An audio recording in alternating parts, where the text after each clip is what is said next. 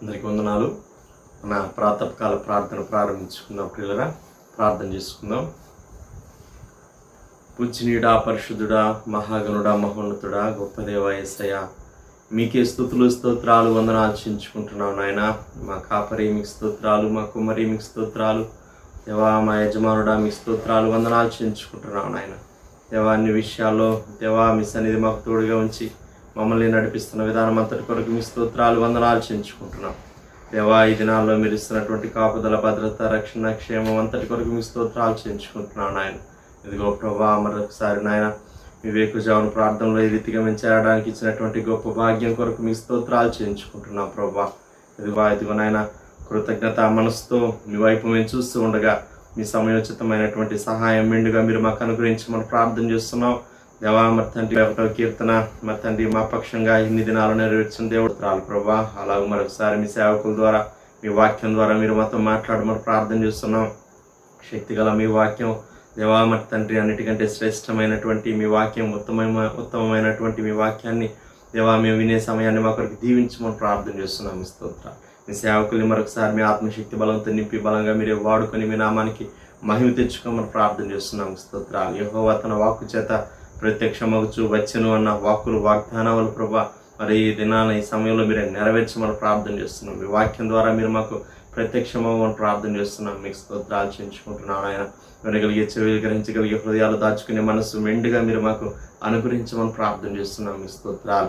దేవాలాగా మరి తండ్రి నాయన చివరి ప్రార్థన ఆశీర్వాదం వరకు మీ సన్నిధి మాకు తోడుగా ఉంచమని ప్రార్థన చేస్తున్నాం. దేవా మనం ఈ రీతిగా మేము గడపట ద్వారా గొప్ప శక్తిని, బలాన్ని, దీవెను మేము పొందుకోవడానికి సహాయం చేయమని యేసయ్య నామములో స్తుతించి ప్రార్థన చేసి అడిగి వేడుకుంటున్నాం పరలోకపు తండ్రి. ఆమేన్, ఆమేన్. ప్రకారంగా 91వ కీర్తన చదువుకుందాం పిల్లరా. 91వ కీర్తన చదువుకుందాం.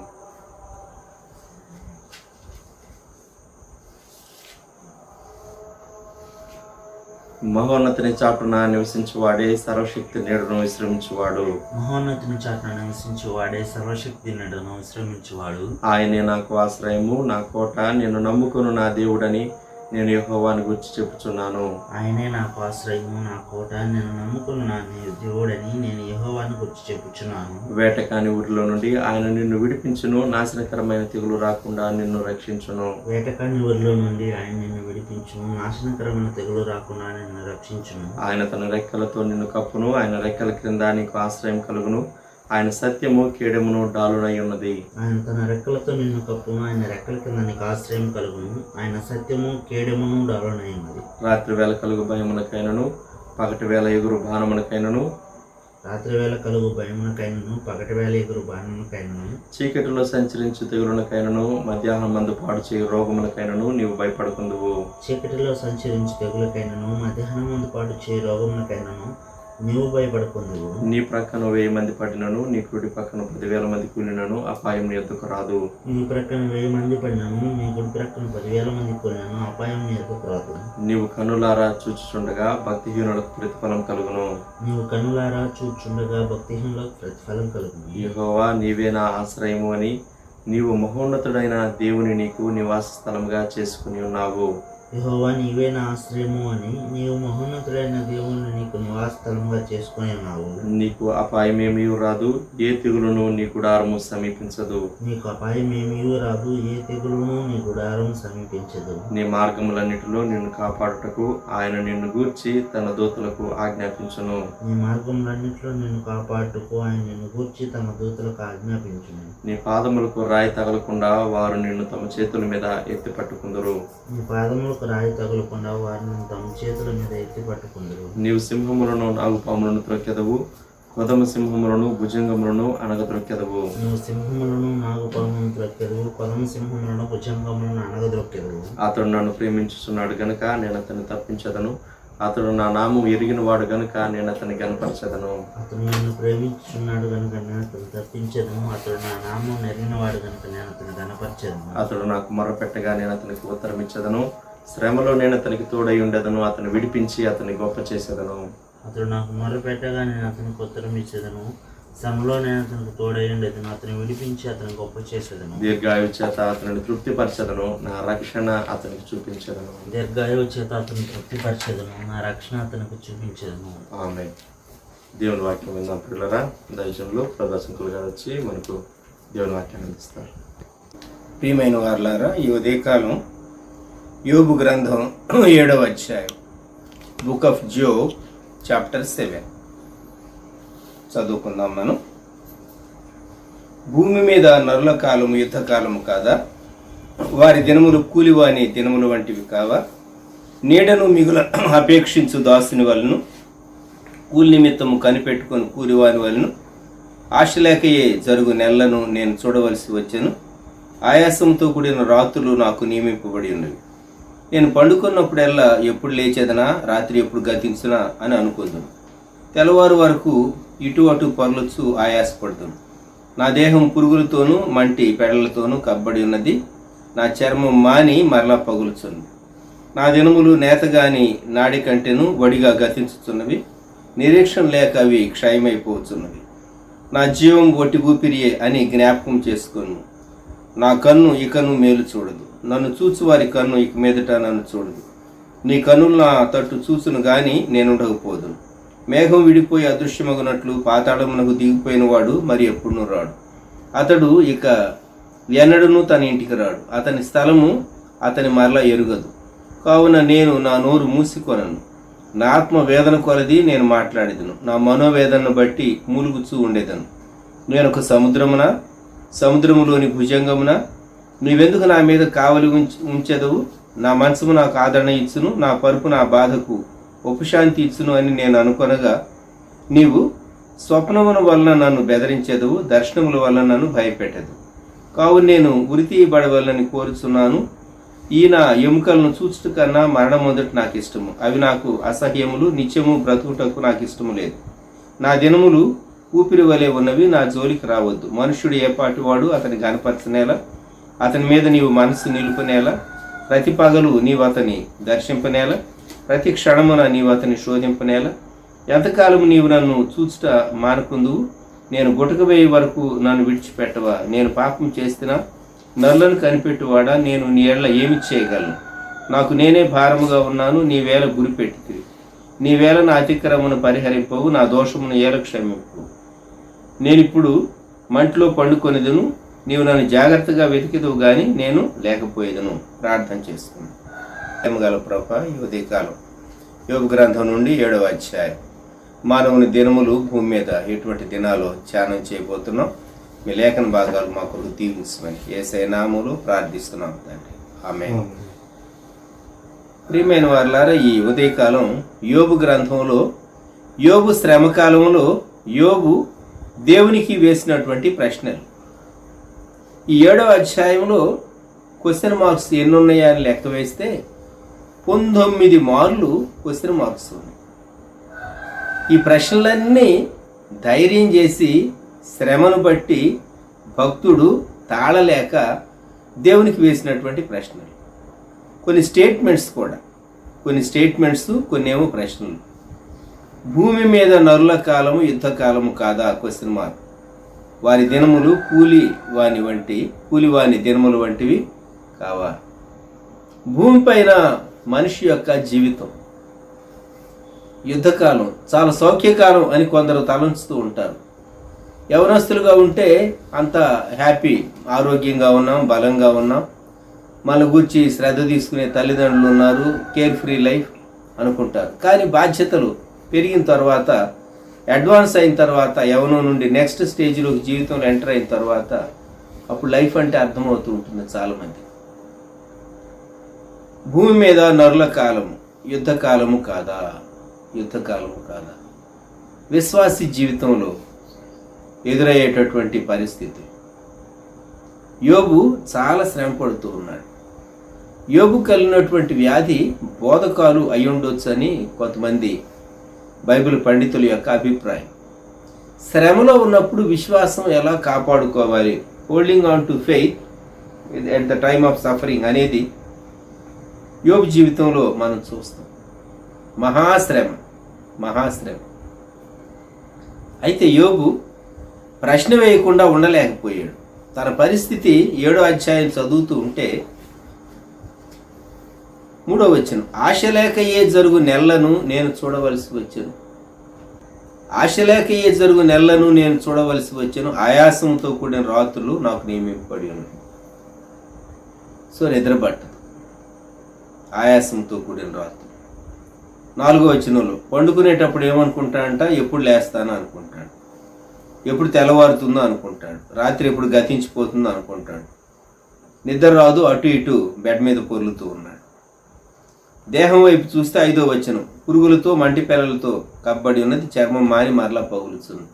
ఆ స్కిన్ పగిలినప్పుడు కలిగేటటువంటి ఆ ఊజింగ్ వచ్చేటప్పుడు కలిగేటటువంటి ఆ స్రావం, అబ్బో చాలా భయంకరంగా ఉంటుంది. కొన్నిసార్లు కొన్ని పుండ్ల నుండి కలిగేటటువంటి ఆ సెక్రేషన్స్, స్రావాలు, వాటిని మనం చూస్తూ ఉంటేనే వాసన ఉంటాయి, దుర్వాసన ఉంటాయి, ఇన్ఫెక్షన్ ఉంటుంది. యోబుకు మహాశ్రమ దేవుడు రానిచ్చాడు, మహాశ్రమ దేవుడు రానిచ్చాడు. అందుకని తనకి ఎంత విరక్తి కలిగిందంటే, నన్ను చూచి వారి కన్ను ఇక మీదట నన్ను చూడదు ఎందో వచ్చును. దేవా, నేను ఉంటానా భూమి మీద? అంతేకాదు, 9వ వచనం, మేఘం విడిపోయి అదృశ్యమగినట్లు పాతాళమునకు దిగిపోయిన వాడు మరి ఎప్పుడు రాడు, అతడికి ఎన్నడూ తన ఇంటికి రాడు. నేను పాతాళానికి వెళ్ళిపోతూ ఉన్నాను. ఇది యోబు యొక్క శ్రమ పీక్ అన్నమాట. అందుకనే ధైర్యం చేసి 11వ వచనంలో, కావున నేను నా నోరు మూసి కొనను. మాట్లాడతాను దేవా, ఇది నా ప్రశ్న. ఎలా మాట్లాడతాను?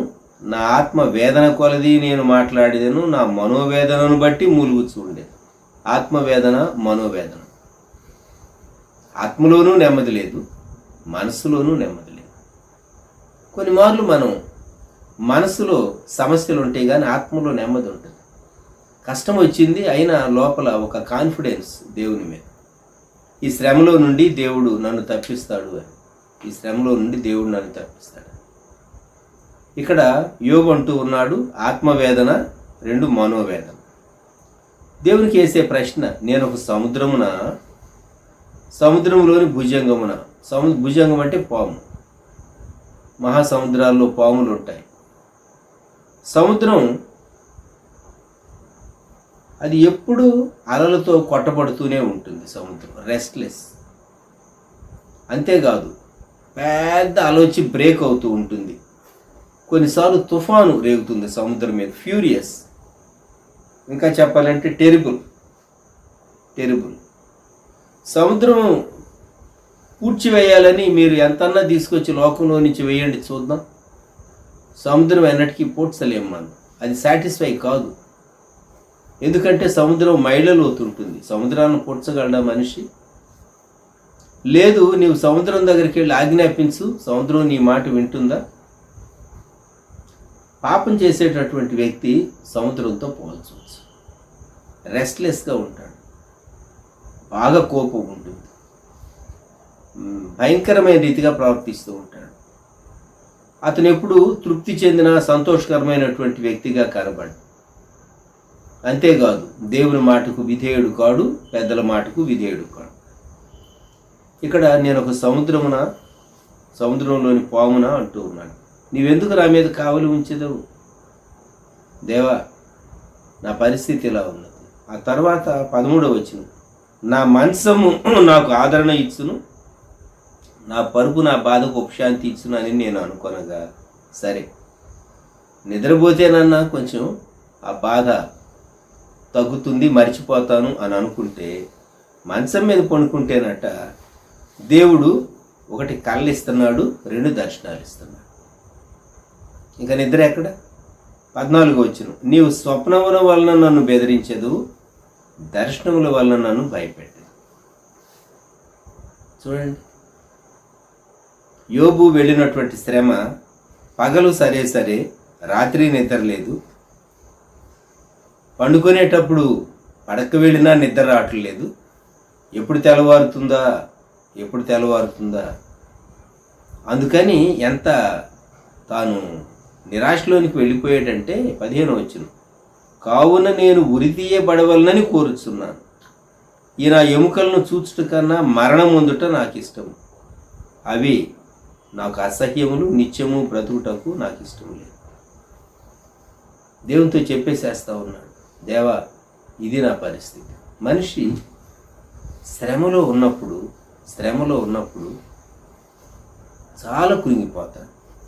ఒకప్పుడు గణపరిచాడు దేవుడు యోగును. మనుషుడు ఏపాటి వాడు 15 వచనం, అతని గణపరచనేల, అతని మీద నీవు మనసు నిలుపునేల, ప్రతి పగలు నీవు అతను దర్శింపనేల, ప్రతి క్షణమున నీవు అతను శోధింపనేల. నీవు ఒకప్పుడు నన్ను గణపరిచే దేవా, ఇప్పుడు నన్ను ఎందుకు ఇంతగా శోధిస్తున్నావు? ఒకప్పుడు ఎంతో బిడ్డల్ని ఇచ్చావు, విస్తారంగా ఆస్తి ఇచ్చావు, గౌరవం ఇచ్చావు. ఈరోజు అన్నీ పోయినాయి, అంతా పోయింది, ఆరోగ్యం పోయింది. భయంకరమైన రీతిగా నీవు నన్ను ఎందుకు శోధిస్తూ ఉన్నావు? ఎంతకాలము నీవు నన్ను చూచుట మానుకుందువు? నేను గుటక వేయి వరకు నన్ను విడిచిపెట్టవా? నేను పాపం చేస్తున్నా? దేవుని ప్రశ్నిస్తూ ఉన్నాడు. దేవునికి వేసినటువంటి ప్రశ్న. నీవు కూడా నీ జీవితంలో చాలా మార్లు కష్టాల్లో ఉన్నప్పుడు, శ్రమల్లో ఉన్నప్పుడు నీవు బహుశా ప్రశ్న వేస్తూ ఉండుంటావు, దేవా నేను ఎంతగా బాధపడుతూ ఉన్నాను, నేను ఎంతగా శ్రమ పడుతూ ఉన్నాను, నాకెందుకు శ్రమ రావాలి, నేనెందుకు శోధింపబడాలి?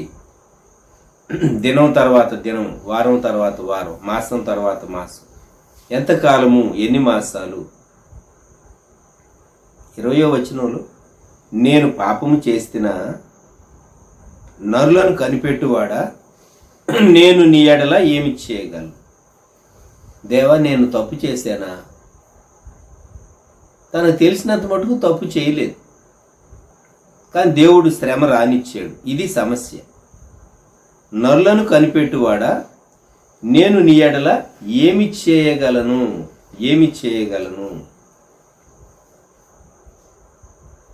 ఆ పైన నిత్యము బ్రతుకుటకు నాకు ఇష్టం లేదు అన్నాడు.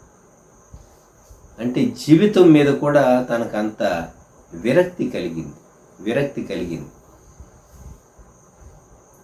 అదే వచనంలో, నా దినములు ఊపిరి వలె ఉన్నవి, నా జోలికి రావద్దు. అయితే యోగులాగా మనం ఒకవేళ అనం, కానీ ఒకటి మాత్రం వాస్తవం. ఎందుకు దేవా ఇంత శ్రమ? నేనేదైనా తప్పు చేశానా? నేను పాపము చేసి తినా? What have I done? 20వ వచనంలో, నాకు నేనే భారముగా ఉన్నాను, నీవేళ గురిపెట్టితివి. నాకు నేనే భారంగా ఉన్నాను, లేక నేను నీకు భారంగా ఉన్నానా అనేటటువంటి ప్రశ్న. నేను నీకు భారంగా ఉన్నానా? విశ్వాస జీవితంలో ఖచ్చితంగా యోబు వెళ్ళినటువంటి శ్రమ అనుభవం అందరికి రాకపోవచ్చు, కానీ కష్టాలు మాత్రం వస్తాయి. స్పర్జన భక్తుడు ఏమంటాడంటే, యోబుకు వచ్చినటువంటి శ్రమ వంటిది ఒకవేళ నాకు వస్తే, యోబుకి ఇచ్చిన కృప, యోబుకి సంఘంలో దేవుడిచ్చిన స్థానం, అవి నాకు ఇస్తానంటే నేను అటువంటి శ్రమ నేను తీసుకోవటానికి రెడీ అంటాడు స్పర్జన భక్తుడు. I would be quite content to take Job's afflictions if I might also have Job's grace and Job's place in the church of God. అలాగూ స్పర్జన భక్తుడు అన్నాడు. తన శ్రమ అధికమైనప్పుడు భక్తుడు యోబు తట్టుకోలేక, దేవా ఎందుకు నన్ను గురిపెట్టావు? ఎందుకు నీవేళ గురిపెట్టితివి? నన్ను గురిదిబ్బగా నిలిపాడు దేవుడు. దేవుడు కొంతమందిని చాలా శ్రమకు గురి చేస్తాడు. బాగా పండేటటువంటి పొలమును దొరకండి, దాన్ని చక్కగా శుభ్రం చేస్తారు, బాగా దున్నుతారు. ఎందుకు అంటే అది సారవంతమైన పొలం, అది మంచి ఫ్రూట్, మంచి ఫలం ఇచ్చేటటువంటి నేల. అలాగే మంచి విశ్వాసులను కూడాను ఏం చేస్తాడంటే దేవుడు బాగా శ్రమ పెడతాడు. గాడ్ ఈజ్ ఫ్లోయింగ్, దేవుడు దున్నుతున్నాడు. మనమేమో తట్టుకోలేం. మనం జ్ఞాపకం ఉంచుకోవాలి, మనం పోరాటంలో ఉన్నాం, యుద్ధకాలంలో ఉన్నాం. నా కుమారుడు జయిస్తాడు, లేక నా కుమార్తె ఈ శ్రమ జయిస్తుంది అని చెప్పి తాను మనసులో సంతోషిస్తూ మనం శోధింపబడటానికి దేవుడు అలౌ చేసి ఆయన వెయిట్ చేస్తూ ఉంటాడు. మనమేమో ఇంత పెద్ద టెస్టా, ఇంత శ్రమ, ఇంత కష్టమా, నాకే రావాలా ఇంత కష్టం, వారికంటే భక్తిగా ఉన్నా, వీరికంటే భక్తిగా ఉన్నాను, వాళ్ళలాగా లేను, వీళ్ళలాగా లేను అని అనుకుంటూ కృంగిపోతూ ఉంటాం. ఇంత శ్రమ పెట్టడం కంటే దేవుడు తీసుకోవచ్చు కదా. 7వ అధ్యాయంలో అటువంటి పదాలే తాను వాడింది. నేను ఇప్పుడు మంటలో పండుకొనేదను అంటాడు 21వ వచనం. నీవు నన్ను జాగ్రత్తగా వెతికిదవు కానీ నేను లేకపోయేదని బెదిరింపోయేది. భక్తుడైనా దేవుణ్ణి బెదిరించడమా? పిల్లలు తల్లిదండ్రులు బెదిరించినట్టు. ఇక్కడ యోబు చాలా చాలా కృంగిన నిరాశకరమైనటువంటి పరిస్థితిలోకి వెళ్ళిపోయి ఈ మాట అంటూ ఉన్నాడు. 21వ వచనంలో, నీ వేళన అతిక్రమమును పరిహరింపవు, నా దోషమును ఏల క్షమింపు. యోబు సిలువకు చాలా ముందున్నటువంటి వాడు. మోషే కంటే కూడా బహుశా ముందు ఉండి ఉంటాడని కొందరు బైబిల్ పండితులు అభిప్రాయపడుతూ ఉంటారు.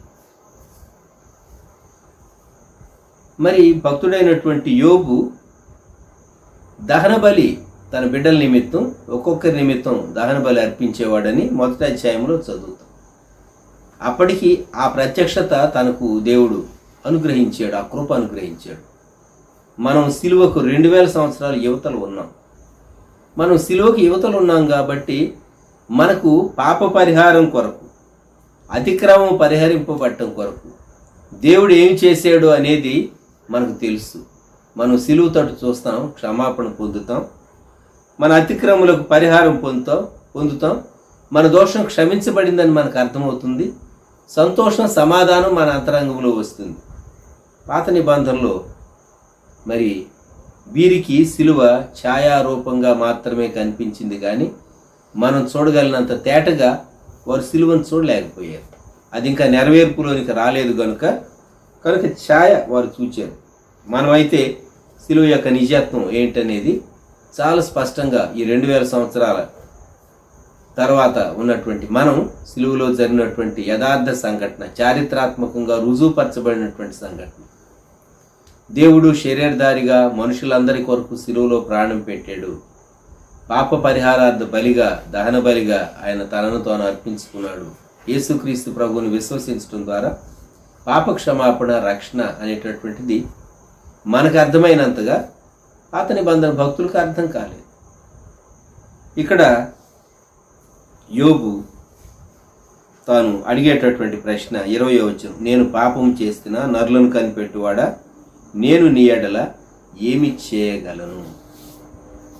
ఈ ఉదయకాలం మనం ఒక ప్రశ్న వేసుకోవటం మన జీవితాల్లో మంచిది.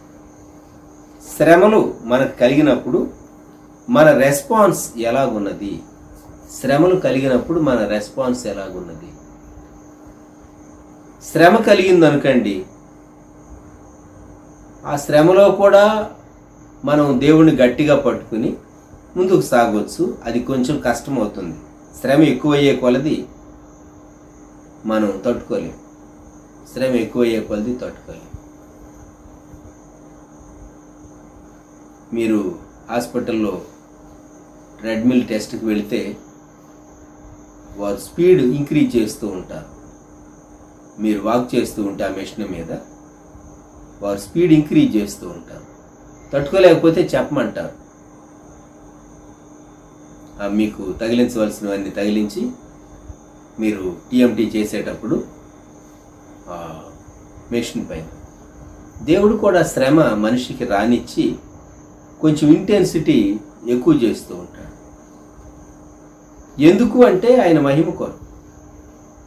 చివరిలో దేవుడు యోబును గురించి ఎంత మంచి స్టేట్మెంట్ ఇచ్చాడో చూడండి. 42వ అధ్యాయం, యోబు గ్రంథం 42వ అధ్యాయం 8వ వచనం. కాబట్టి 7 ఎడ్లను 7 పొట్టేళ్లను మీరు తీసుకొని నా సేవకుడైన యోబు నద్దకు పోయి మీ నిమిత్తం దహన బలి అర్పింపవలను. అప్పుడు నా సేవకుడైన యోబు మీ నిమిత్తం ప్రార్థన చేయను. మీ అవివేకమును బట్టి మిమ్మల్ని శిక్షింపకుండానట్లు నేను అతనిని మాత్రం అంగీకరించేదని ఏలయనగా నా సేవకుడైన యోబు పలికినట్లు మీరు నన్ను గూర్చి యుక్తమైనది పలుకలేదు. ఇది దేవుడు చెప్పిన మాట. చూచారా? నా సేవకుడు అన్నాడు. నా సేవకుడు 2 మార్లు అన్నాడు. ఇదే వచనంలో నా సేవకుడైన యోబు మీ నిమిత్తం ప్రార్థన చేయండి. ఏలయనగా నా సేవకుడైన యోబు పలికినట్లు మీరు నన్ను గూర్చి యుక్తమైనది పలుకులేదు. ఎవరితో చెప్పబడిన మాట? తేమానీయుడైన ఎలీఫజు, షూహీయుడైన బెల్దదు, నయమాతీయుడైన జోఫర్. అదే సాతానుతో దేవుడు ఛాలెంజ్ చేసేటప్పుడు ఏమన్నాడు చూడండి. 8వ వచనం 1వ అధ్యాయం. అందుకు యెహోవా, నీవు నా సేవకుడైన యోబు సంగతి ఆలోచించితివా? నీవు నా సేవకుడైన యోబు సంగతి ఆలోచించితివా? దేవుడు నీ విషయం ఒక విధంగా చెప్పాలంటే ఆయన సవాలు చేయటానికి సాతాను ఎదుట సిద్ధంగా ఉన్నాడు. నిన్ను నన్ను నమ్మి. మనమేమో శ్రమ వచ్చినప్పుడు కురింగిపోయి నిరాశపడి ప్రభువును ప్రేమించలేక, దేవా నేను ఇంత శ్రమ సహించగలనా? చాలామంది శ్రమ నుండి స్వస్థత పొందటానికి, వ్యాధి నుండి స్వస్థత పొందటానికి విశ్వాసాన్ని వాడుకుంటారు. ఎవరైనా విశ్వాసాన్ని వాడుకుని అనారోగ్యం, సిక్నెస్లోకి వెళ్ళే వాళ్ళు ఎవరైనా ఉంటారండి? నా పాయింట్ అర్థం చేసుకోండి. విశ్వాసాన్ని ఎందుకు వాడుకుంటామంటే అనారోగ్యం నుండి ఆరోగ్యవంతులు అవటానికి, మనము బాగుపడటానికి, హెల్తీగా తయారవటానికి యేసు ప్రభు యొక్క రక్తాన్ని ఆశ్రయిస్తాం, విశ్వాసాన్ని వాడుకుంటాం, స్వస్థత కొరకు క్లెయిమ్ చేస్తాం, దేవా ఆరోగ్యం దయచేయని. స్వస్థత కొరకు కోరుకుని మనము శ్రమలో నుండి బయటకు వస్తాం. అయితే ఒక భక్తుడు ఏమంటాడంటే, ఎవరైనా సరే విశ్వాసాన్ని వాడుకుని శ్రమలోనికి వెళ్ళటానికి ఇష్టపడతారా? మనం ఇష్టపడం. కానీ కొన్ని మార్లు తన మహిమ కొరకు దేవుడు మనల్ని శ్రమలోనికి తీసుకుని వెళ్ళటం ఆయన ఉద్దేశం అయితే దాన్ని మనమేమి చేయలేం. అనేక మంది దేవుని బిడ్డల యొక్క బోధ వింటూ ఉంటారు. సైమల్టేనియస్గా వారి జీవితాన్ని కూడా పరిశీలిస్తూ ఉంటారు. There message as well as their life. జీవితం కూడా మాట్లాడుతుంది. మౌన రాగం అంటారు చూడండి, అట్లా మౌన రాగం అన్నమాట జీవితం. మౌనంగా రాగం ఎట్లా వస్తుందండి? రాగం శబ్దంతో వస్తుంది కదా. జీవితం అనేది మనుషులతో మాట్లాడుతుంది. వారి జీవితాల్లో కలిగేటటువంటి ఎత్తుపల్లాలు, వారి జీవితంలో కలిగేటటువంటి కష్ట సుఖాలు, వ్యక్తి యొక్క విశ్వాస యొక్క జీవితంలో సంభవించేటటువంటి పరిస్థితులు లోకం 1000 కళ్ళతో చూస్తూ ఉంటుంది. చుట్టూ 1000 కళ్ళతో చూస్తూ ఉంటుంది. వీళ్ళు ఎలాగుంటారో, వీళ్ళు ఏం చేస్తారు. దైవజనురాలు భాను తాను కరోనా పాజిటివ్ వచ్చినప్పుడు చుట్టుపక్కల వాళ్ళు మందిరం వాళ్ళందరినీ చెక్ చేయించండి. ఎవరికి చెక్ చేసినా నెగిటివ్ వచ్చింది. నాకు నెగిటివ్ వచ్చింది, గౌతమ్కి ఆల్రెడీ నెగిటివ్, బిజుకి నెగిటివ్, పాస్టమ్ గారితో పాటు అదే బెడ్ మీద పడుకునే మనవడు బెన్సన్ మోజెస్ నెగిటివ్ వచ్చింది. మాకందరికి నెగిటివ్ వచ్చింది. రాజ్ కుమార్ టెస్ట్ చేయించుకున్నాడు, నెగిటివ్ వచ్చింది. కాంపౌండ్లో తిరిగేటటువంటి వారందరికీ నెగిటివ్. తనకు మాత్రం పాజిటివ్ వచ్చి తను కోలుకున్నదనుకండి. ఎందుకు చెప్తున్నానంటే చాలామంది మనల్ని చూస్తూ ఉంటారు. ఆ మందిరం వాళ్ళని టెస్ట్ చేయమనండి, చుట్టుపక్కల వాళ్ళు ఇదే. దేవునికి స్తోత్రం. దేవుడు మన పక్షంగా ఏం చేస్తున్నాడో 1000 కళ్ళతో చూస్తూ ఉంటారు. చుట్టూ ఉన్నటువంటి మనుషులే కాదు, మనం ఎరిగినటువంటి దేవుని బిడ్డలు కూడా మన వైపు చూస్తూ ఉంటారు. ఈ శ్రమలో వీరు ఎలాగో రెస్పాండ్ అవుతారు. అందుకని దేవుడు ఏం చేస్తాడంటే కొన్ని మార్లు అసలు శ్రమ దేవుడు మనకు రానిచ్చినప్పుడు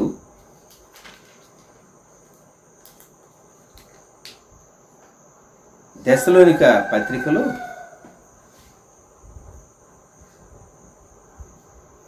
మొదటి పత్రిక 4వ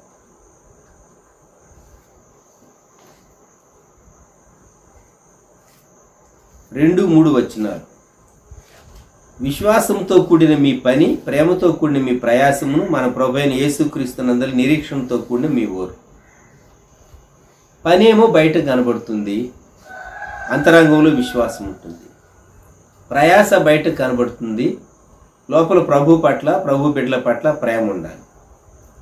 అలాగే ఓర్పు, సహించుకోవటం బయట కనబడుతుంది, కానీ అంతరంగంలో నిరీక్షణ ఉండాలి. అందుకే 6వ వచనంలో అంటాడు, పరిశుద్ధాత్మ వలన కలుగు ఆనందంతో గొప్ప ఉపద్రవమందు మీరు వాక్యం అంగీకరించి మమ్మును ప్రభువును పోలి నడుచుకొనిన వారైతిరి. గొప్ప ఉపద్రవం. కొన్ని మార్లు శ్రమలు వచ్చినప్పుడు, సంఘానికి శ్రమలు వచ్చినప్పుడు, లోకానికి శ్రమలు వచ్చినప్పుడు, విశ్వాసికి శ్రమలు వచ్చినప్పుడు, అది దేవుడు తన మహిమార్థంగా వాడుకుంటాడు, మలుచుకుంటాడు. అది ఆయన యొక్క ఉద్దేశం. ఆకువాడక తన కాలమందు ఫలమిచ్చు చెట్టు, నీటి యోరను నాటబడినటువంటి చెట్టు, వాక్యమందు స్థిరపరచబడినటువంటి విశ్వాసి, దేవుని యందు సరైనటువంటి విశ్వాసము కలిగినటువంటి బిడ్డ అని బోధ ద్వారాను జీవితం ద్వారా కూడా దేవుడు రుజువుపరచాలనుకున్నప్పుడు కొన్ని మార్లు శ్రమ ఎలవ్ చేస్తాడు. యోబు విషయంలో దేవుడు అదే రానిచ్చాడు. యోబు విషయంలో దేవుడు అదే రానిచ్చాడు. 7వ అధ్యాయం చదివితే మనం వేసుకునేటటువంటి ప్రశ్న, భూమి మీద నరుల కాలము యుద్ధకాలము కాదా? యుద్ధకాలం, మిలిటరీ వార్ఫేర్. ఇక్కడ కొన్ని ఇంగ్లీష్ బైబిల్స్లో హార్డ్ సర్వీస్ అని ఉంటుంది, కానీ తెలుగు బైబిల్లో యుద్ధకాలము చాలా చక్కని అనువాదం, వల్గేట్ ట్రాన్స్లేషన్. యుద్ధకాలము అనేటటువంటి పదం చాలా మంచి ట్రాన్స్లేషన్ వాడారు, ఒరిజినల్ హీబ్రూ నుంచి ట్రాన్స్లేట్ చేసినప్పుడు. కొన్ని ఇంగ్లీష్ బైబిల్స్లో యుద్ధకాలం అని ఉండదు, హార్డ్ టైమ్స్ అని ఉంటుంది, లేక హార్డ్ సర్వీస్ అని ఉంటుంది. దేవుడు మన జీవితాల్లో ఈ పరిస్థితి రానిచ్చాడు. మన కుటుంబాల్లో కలిగే శ్రమలు, మనం అనేక మంది ఆర్థిక పరిస్థితుల్లో నుండి, అలాగే అనారోగ్య పరిస్థితుల్లో నుండి, ఎన్నిట్లో నుండో ప్రభు సహాయం చేస్తూ ఉన్నాడు. ప్రభు సహాయం చేస్తూ ఉన్నాడు. నీ జీవితంలో నీ దేహం పైన ఎటువంటి శ్రమ అయినా సంభవించినప్పుడు యోబు వలె మనం కూడాను ప్రశ్నలు వస్తాయి. మనకు 19 ప్రశ్నలు లెక్కేసుకోండి. తర్వాత 7వ అధ్యాయం ఎన్ని క్వశ్చన్ మార్క్స్ ఉన్నాయి ఈ అధ్యాయంలో? ప్రశ్నల పరంపర మన మనసులో వస్తుంది. కొన్నేమో పరిస్థితుల మీద ప్రశ్న, కొన్నేమో దేవునికే వేస్తాం ప్రశ్న.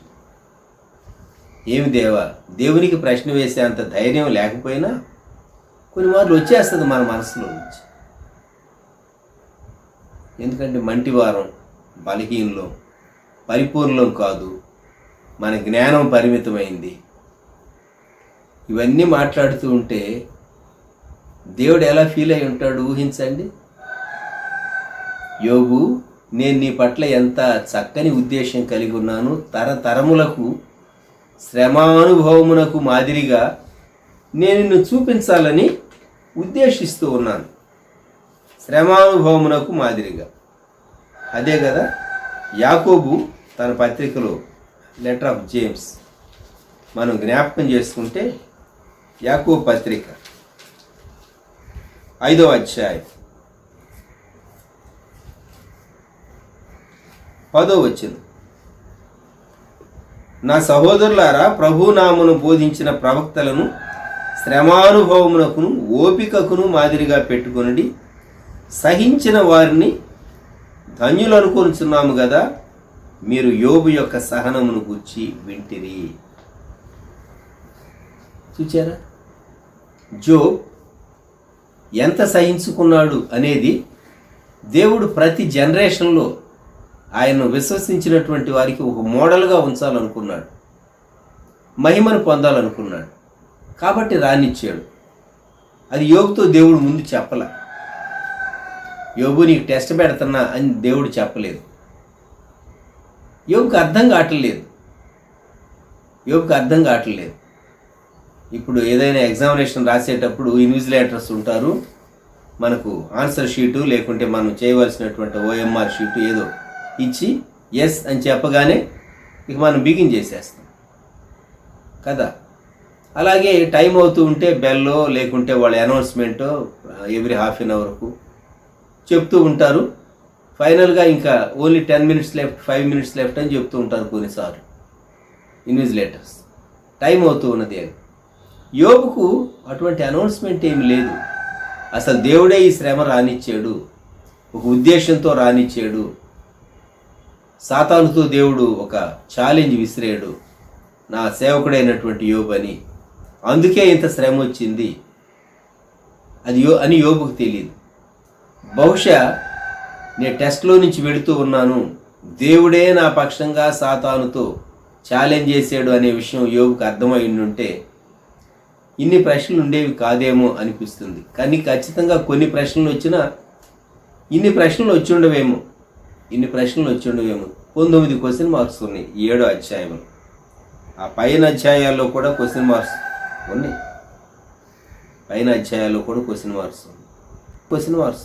చాలా క్వశ్చన్ మార్క్స్ ఉన్నాయి.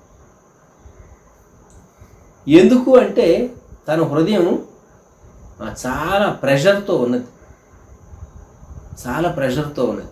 భక్తిగా ఉన్నటువంటి వారికి శ్రమలు వస్తే కొన్ని మార్లు తట్టుకోవటం కూడా కష్టంగా ఉంటుంది. నేను కాపాడబడాలి, దేవుని బిడ్డను, మిగిలిన వారితో పోలిస్తే నాకెందుకు ఇంత శ్రమ? మనం దేవుని పైన ఎంత ఆధారపడతామో మనకు అర్థమయ్యేటట్టు చేయటానికి, లోకానికి అర్థమయ్యేటట్టు చూపించడానికి దేవుడు శ్రమ రానిస్తాడు. 3, సాతాను కూడాను దేవుడు రుజువుపరచడానికి నా కుమారుడు అని మన మీద స్టాంప్ వేసి, అంతేకాదు ఇంకెక్కడన్నా ఏదైనా మల్యం ఉంటే శుభ్రంగా శుద్ధి చేయటానికి, శోధించి సువర్ణంగా మార్చడానికి, మేలిమి బంగారుగా విశ్వాసిని రూపొందించడానికి దేవుడు శ్రమ రానిస్తూ ఉంటాడు. భూమి మీద నరుల కాలము యుద్ధ కాలము కాదా? ఈ ప్రాతకాలం దయచేసి ఈ మాట జ్ఞాపకం పెట్టుకోండి. మీరు తర్వాత 7వ అధ్యాయం అంతా చదువుకోనండి. పగలు రాత్రి వేదన. అందుకనే కదా యోబు యొక్క శ్రమ చూచి 2వ అధ్యాయంలో 3 స్నేహితులు వచ్చి 12వ వచనం, వారు వచ్చి దూరముగా నిలువబడి కన్నులెత్తి చూచినప్పుడు అతని పోల్చలేక తమ వస్త్రములను చింపుకొని ఆకాశము తట్టు తల మీద ధూళి చల్లుకొని ఎలుగెత్తి ఏడ్చిరి. అతని బాధ అత్యధికముగా ఉండినని గ్రహించి ఎవరిని అతనితో ఒక్క మాట అయిన పలుక రేయింబగళ్ళు 7 దినములు అతనితో కూడా నేలను కూర్చుంటాడు. ఊహించండి, యోబు ఎంత శ్రమపడి ఉండుంటాడు. మనం ఊహించలేము, తట్టుకోలేము. మనకు అంత శ్రమ దేవుడు రానివ్వడు. మనం తట్టుకోగలిగిన లేక మనము ఓర్చుకోగలిగినంత శ్రమే దేవుడు రాణిస్తాడు. మనం జయించగలిగినటువంటి అంత మటుకే శోధన దేవుడు ఎలవ్ చేస్తాడు. ఆయన శోధించడు. సాతాను శోధించడానికి మనం శరీరంలో ఉన్నాం, బలహీనలు, అపరిపూర్ణం కనుక మనం శోధింపబడటానికి ఒక లిమిట్ దేవుడు పెడతాడు. ఆ లిమిట్ మించి సాతాను మనల్ని శోధించలేదు. గుర్తుంచుకుందాం. ఈ ప్రాతకాలంలో మనం యుద్ధకాలంలో ఉన్నాము కనుక దేవా, నేను పాపం చేస్తున్న 20వ వచనం, నరులను కనిపెట్టువాడా, నేను నీ ఎడల ఏమి చేయగలను. 21వ వచనంలో, నీ వేళన అతిక్రమను పరిహరింపు, నా దోషమును ఎలా క్షమించు. మనమైతే ధైర్యంగా నిబ్బరంగా, ప్రభువా, నా ప్రతి దోషాన్ని నీ కుమారుడైన యేసుక్రీస్తు ప్రభు శిలువ మరణాన్ని బట్టి, ఆయన రక్తమును బట్టి, ఆయన చెల్లించిన వేలను బట్టి, పాప పరిహారమును బట్టి నన్ను క్షమించుము, నన్ను అంగీకరించుము, నన్ను శుద్ధి చేయుము, నన్ను బలపరచుము, నన్ను నిలవబెట్టుము, నా విశ్వాసాన్ని స్థిరపరచుము, ఈ శ్రమలు తట్టుకునేటటువంటి శక్తి నాకు దయచేయి అని మనం ప్రభువును అడుగుదాం ఈ ఉదయకాలం. మీరు ఎక్కడున్నా సరే ఈ యోబు గ్రంథం 7వ అధ్యాయం ఈ సందేశాన్ని వినేటటువంటి వారు ఎవరికి వారు మీ మనసులో ప్రార్థన చేసుకోండి, కన్నులు మూసుకొని. దేవా, నేను వెళ్ళేటటువంటి శ్రమ నీవు అది రానిచ్చేవు. దేవా, నేనే ఎందుకు? Why me lord, why me? నాకే ఎందుకు? నాకే రావాలా ఈ కష్టం? నాకే రావాలా ఈ శ్రమ అని కొన్ని మార్లు మనలో ప్రశ్నించేటటువంటి లేక దేవుని సార్వభౌమ అధికారాన్ని క్వశ్చన్ చేసేటటువంటి నేచర్ మనలో నుండి బయటకు వస్తుంది. అయితే ఆయన మనల్ని ప్రేమించే దేవుడని, యోబుకు శ్రమలో తోడై యోబు విశ్వాసాన్ని కనపరిచినటువంటి దేవుడే మన దేవుడు, మన రక్షకుడని మనం మరొకసారి జ్ఞాపకం చేసుకున్నాం. దేవా, యుద్ధకాలంలో మీ సన్నిధి మాకు తోడుగా ఉంచి విశేషమైన మీ కృప తోడుగా ఉంచు. మమ్ములను బలపరచుము, బలపరచుము, బలపరచుము. సాతానుని సిగ్గుపరచుము, సిగ్గుపరచుము, ఓడించు. మా విశ్వాసమును అంతకంతకు వృద్ధి చేయి. సహించుకోవటానికి మాకు శక్తి దయచేయి ప్రభు అని ప్రభువుని అడగండి. ప్రభు వైపు చూద్దాం. ప్రేమగల మా తండ్రి, పరిశుద్ధ ప్రభు, గొప్ప రక్షక మా దేవ, మీకు స్తోత్రాలు. భూమి మీద నీ జీవితకాలం యుద్ధకాలం వంటిదని మీరు మాకు జ్ఞాపకం చేసినటువంటి గొప్ప సత్యం కొరకు స్తోత్రాలు. ఈ ఆత్మ సంబంధమైన పోరాటంలో మా విశ్వాసాన్ని కాపాడుకోవటానికి మా శరీరంపై, మా కుటుంబంపై, మేమున్నటువంటి ప్రాంతాలపై, మేమున్న సంఘాలపై, మేమున్నటువంటి దేశం, మా రాష్ట్రంపై తండ్రి శ్రమలు వచ్చినప్పుడు దేవా, మేము నిజంగా తట్టుకుని నిలవబడి మేము ఇంకా శ్రమలో మీకు దగ్గర అవటానికి సహాయం దయచేయండి. మీ శిలువ రక్తాన్ని మేము ఆశ్రయించడానికి దేవా కృప చూపించమని ప్రార్థన చేస్తున్నాం. భూమి మీద మా దినాలు యుద్ధ దినాలని మేము గ్రహించి నిరుత్సాహంలోనికి, కృంగుదలలోనికి, నిరాశలోనికి వెళ్లకుండా మేము ధైర్యం తెచ్చుకోవటానికి, నిరీక్షణ తెచ్చుకోవటానికి కృప దయచేయండి. ప్రియప్రభా, మీకు వందనములు, వందనములు, స్తోత్రం. ఈ ఉదయకాలం మానవ హద్దుబాటులో ధ్యానించుకున్నటువంటి లేఖన భాగాలు మా అంతరంగంలో భద్రం చేయండి. యోబు యొక్క విశ్వాసాన్ని మీరు కనపరిచారు, తన సహనాన్ని లోకమంతటికీ వెల్లడిపరిచారు. విశ్వాసులకు యోబు యొక్క సహనాన్ని మీరు మాదిరిగా ఉంచారు. శ్రమలో మీరు తనకు తోడై ఉన్నారు. పోగొట్టుకున్నది మరలా తిరిగి అనుగ్రహించారు. ఆస్తిని అయితే రెట్టింపు చేశారు. బిడ్డలను తిరిగి మీరు ఇచ్చారు. మీకు స్తోత్రాలు. ప్రియప్రభ, ఈ ఉదయకాలం యోబు గ్రంథంలో 7వ అధ్యాయం మరలా మరలా మరలా మా హృదయంలో మేము భద్రం చేసుకోవటానికి, మీ నుండి శ్రమలో వేరైపోయే లోకంలోనికి వెళ్ళిపోయేటటువంటి ఆ చెడ్డ పరిస్థితి మాకు సంభవించకుండా మమ్మల్ని తప్పించుము, కాపాడమని వేడుకుంటున్నాం. మా విశ్వాసాన్ని బలపరచండి. మీ సన్నిధి కృప విశేషమైన రీతిగా మా పక్షంగా తోడుగా ఉంచి సహాయించి మీకే వందనములు, స్తుతులు, స్తోత్రములు చెల్లిస్తాం. యేసుక్రీస్తు ప్రభువారి శ్రేష్టమైన నామములు, రక్షకుని నామములు ప్రార్థించి స్తుతించి వేడ్చు ఉన్నాం తండ్రి. ఆమేన్. మన ప్రభువైన యేసుక్రీస్తు వారి కృప, దేవుని ప్రేమ, పరిశుద్ధాత్ముని అన్యోన్య సహవాసం సదాకాలం సంఘమునకు తోడై ఉండును గాక. ఆమేన్.